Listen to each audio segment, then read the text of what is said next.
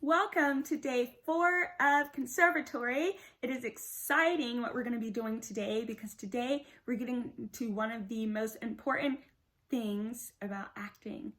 How to work in a scene with a scene partner. Anything outside of a monologue is all about that relationship, and we really need to consider what is our responsibility in that relationship and how do we utilize that relationship to be the best storytellers we can be. So we're going to dive into that. This is a shorter lesson than the rest of the week. I have just a quick, maybe like a 15-20 minute lesson, and then remember to do the technique review. And tonight, when we just dive into our performance class where you guys will rehearse the scene, I'm hoping to sense a different type of electricity between you two as we really start to put this thing on its feet. All right, enjoy technique. Yeah, a good first order of business for a good scene partner is that they not be an asshole. That's number two, and number 3. Right. Then 4 is that they listen and give, and that they are not rigid, and that they're focused.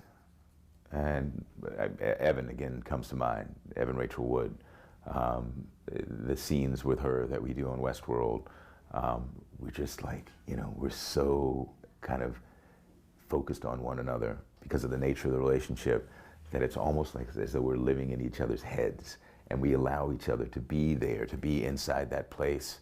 And then there's just like these kind of like delicate little shifts and these delicate little gestures that she gives me and that I take and give back in response. And it's just that willingness to not to work against one another or not to compete with one another, but to compete against the things that are barriers to creating this scene together.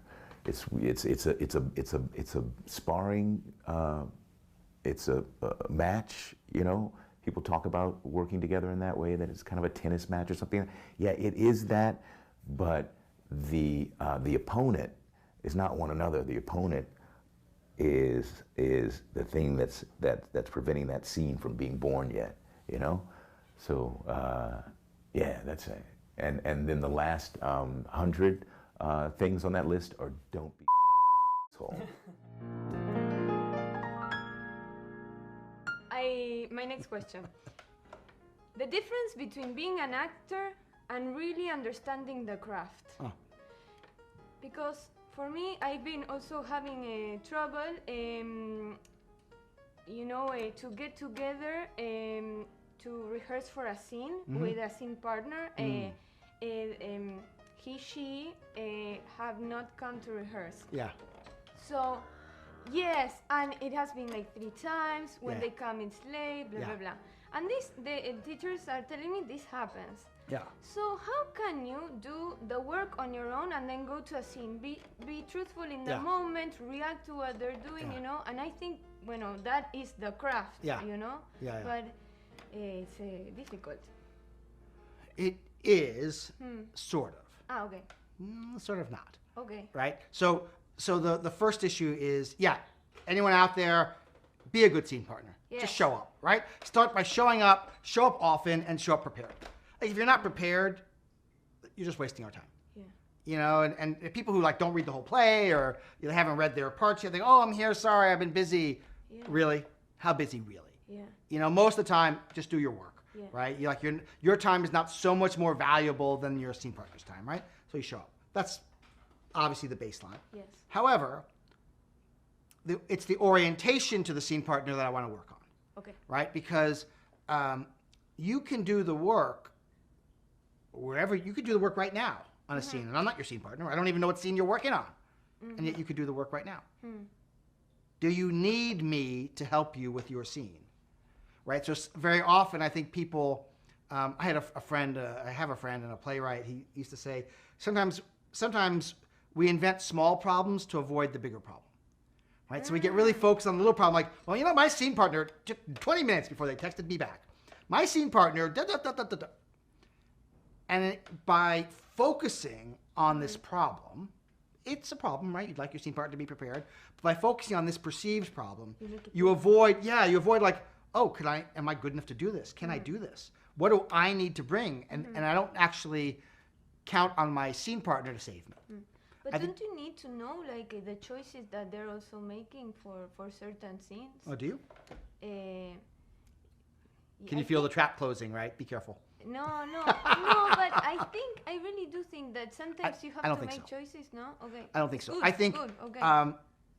do you know what's going on in my day right now as we're having this conversation? No. No. Do you know what's going on in your day right now? Yes. Yeah. You probably have a good idea of like what your relationship is to me, to this event, to your questions, any more questions you might want to ask. What are your parents' name? Alfredo y Janet. Alfredo and Janet, right? Like to them and like, oh, they're going to see this. All that is yours. I didn't know until I asked you about your parents. I wouldn't know that there was I wouldn't know you had parents, right? I mean, I'm kidding, but sort of, right? Like I don't know that there was anything interesting in that for you. And you don't know what's interesting for me. You know, before we started, I was showing you pictures of my family, right? Did they have a good day or a bad day? You don't know. You know, is my wife upset and she's calling me going, David, David, David? Or is she sending me texts and saying, oh my goodness, you're the best husband ever, I love you? You don't know. No. Right? So, and I'm not going to tell you. Right? So, yeah, exactly right. The point is, sometimes you can coordinate those choices and you can create something, right? I get why it's hard as a student because you don't have a director. So now you're trying to figure out, how do I make this thing interesting? Yeah. And if you're making a choice and then given that, maybe I can do something and be interesting. But I think your head's actually in the wrong place. Okay. Which is not, how can I make this interesting? It's, what am I interested in? It's true. Yeah, Right? I have to make it more personal. More personal. Yeah. Because as you get more personal, guess what? This person's going to show up and they are included in the reality that you create.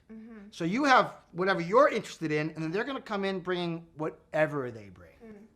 They might be obnoxious. They might be thoughtful. They might be so thoughtful they're obnoxious.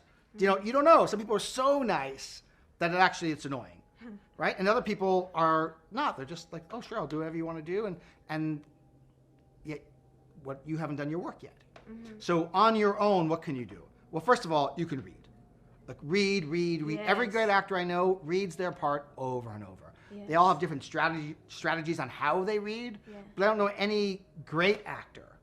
I know some actors who like, I took a look at it, no big deal. No. But every great actor is reading. Even for TV, where it's hard, the time is tight. Yeah. The advantage you get on TV is you do this character over and over and over again. So in a way, the lines don't surprise you. Yes. Right, the lines they make sense because in a way they get written for you if you're like a lead role on a TV series, right? They make sense from the perspective of that character, which you are now living as you're shooting up in Canada every single week, right? But here as a student, what can you work on? You can work on what interests you in your reality. You can work on what's your relationship that you can create. So, yeah. Right? You create the relationship. You don't wait for the relationship just to be given to you. Yes. I think it's funny. My son is really good breaking down television. Like, we'll watch TV and he'll look at something and he'll say, "That's bad exposition, Dad." Right? Like, he just knows what exposition is and when it's heavy-handed. And then sometimes there'll be something good like, "Oh, do you see how they did that? That was really interesting exposition. How they worked that into the behavior." But we also will look at it and say, "Now that one is just lazy writing." Sometimes it's just lazy writing where you're like, "Really? You just brought in this random device and just made everything, come on, you made it all work. It's not artful."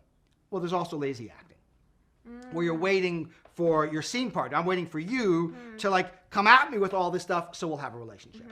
I'm praying that when you show up on set, we have chemistry.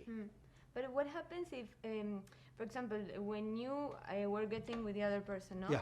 And it becomes kind of personal because they're not treating you right. And I then hope you it becomes personal. Yes. Yeah, I hope so. Yes, and at first I get blocked, but then I use that. Yeah. That what they're making me feel, like that anger, Right. like for the scene, you Yeah. know. But I still, in the first part, that is the most important, I get blocked. Yeah. So it's okay to get blocked. You just got to open up. Yeah. Right? The craft side is, I'm sitting here and I'm feeling frustrated, and let me stop judging my frustration and start channeling the frustration. Okay. And the maybe the key element that I think will really help this make sense is allow the scene to change with the other person. So part of the challenge for people is when they do their work on their own, they go, well, I've done all this work. Now I know the relationship. I know this. I know how I'm feeling. I know my objectives. I know the situation, blah, blah, blah. They've done all the work. Yeah. I don't mean to say blah, blah, blah. It's a lot of work. But they've done the whole checklist. And they show up, and the other person alters it. And they get annoyed. Right? So you know, you're probably not old enough to have this experience. But it happens for me and my wife. We're like, you know, we have 3 kids, and I will go away. I'll go away and teach for a couple of weeks, right? Well, now my wife, it's just her handling the whole house and the kids and all this stuff, and she works too, right? So it's busy. Yeah. I get home, and usually the first reaction is not, oh, we're so glad you're back. How amazing. I get hugs. Everyone's like, oh, great, glad to see you. But there's a little bit, we often, in the past, we used to fight that first night. Because there's a little bit of like, they've learned to live without me for a couple of weeks, and now suddenly I show up and I've got my opinions on doing things and I start taking up space again, and it's a little like, hey, we made this work without you, we don't need you. Right? And they don't really mean that, but there's this unconscious feeling of we have a system that works now. Actors do the same thing. They have their own reality. They go, hey, I know how this works. I've read this in my own head 1,000 times. I've rehearsed it alone in my room 1,000 times, and you're messing me up. So the key element there now is get into the scene, bring your work, and allow it to change when the other person starts altering it. Now you have truth. That's true. Reappreciating. Exactly what right. happens in the moment. And you can take whatever they give you. And just know it might feel different than you rehearsed. It's supposed to feel different. Yeah, and that's the key. In the actor studio, they used to, something I read, that they used to gibberish maybe what they wanted to say to the other person and then continue. Yeah, gibberish. I mean, there are a lot of techniques when you feel blocked. We can probably have a whole other question just on techniques, in the moment techniques. I don't mean like things to go home and work on for months. I mean, in your rehearsal process, how do you keep things creatively moving? Gibberish would be one. Speaking out is another one, which is similar to gibberish, but a little different. There's some techniques like that you can use. I don't know if you guys have ever seen Jeffrey Wright in anything, but I think he's a phenomenal, I was about to say phenomenist, that's like not a word. I think he's a phenomenal actor, and his advice was kind of humorous, but also good. And David, wow, I was convicted when I heard from David, and when he talked about how, you know, we can't, like, our scene partners aren't crutches. It's really up to us to bring what we can and create those truthful moments by listening and reacting, right? All right, so I hope I see those things tonight. Have a good rest of your day. Ta-ta, darlings.